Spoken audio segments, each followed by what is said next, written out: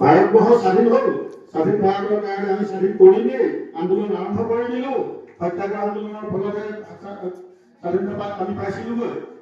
তেওঁ সংবিধানৰ কাৰণে সংবিধান এখন গঠন প্ৰণয়ন কৰিব লাগে বুলি ডিমাণ্ড দিছিলে।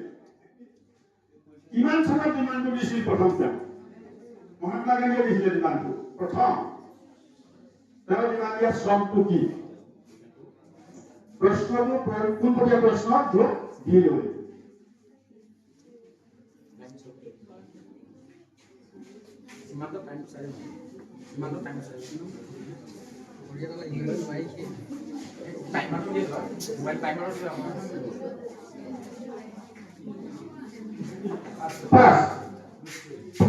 প্ৰশ্নটো বুজি পাইছা? প্ৰশ্নটো বুজি পোৱা নাই? আকৌ এবাৰ কৈছো, সংবিধান গ্ৰহণ কৰিব, সংবিধান এখন প্ৰস্তুত কৰিব লাগে বা প্ৰণয়ন কৰিব লাগে বুলি প্ৰস্তাৱটো দিছিল মহাত্মা গান্ধীয়ে। আৰু কিমান চনত দিছিল সেইবিলাকে? প্ৰশ্নটো কিমান চনত মহাত্মা গান্ধীয়ে সংবিধান প্ৰণয়নৰ বাবে প্ৰস্তাৱ দিছিল?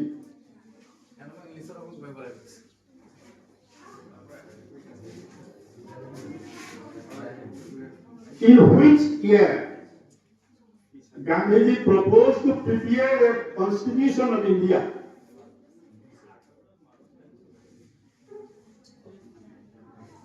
In which year Gandhiji proposed to prepare the constitution of India?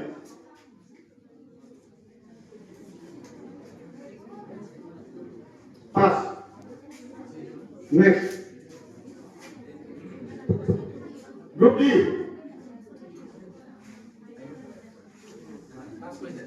Group D was E. Group E.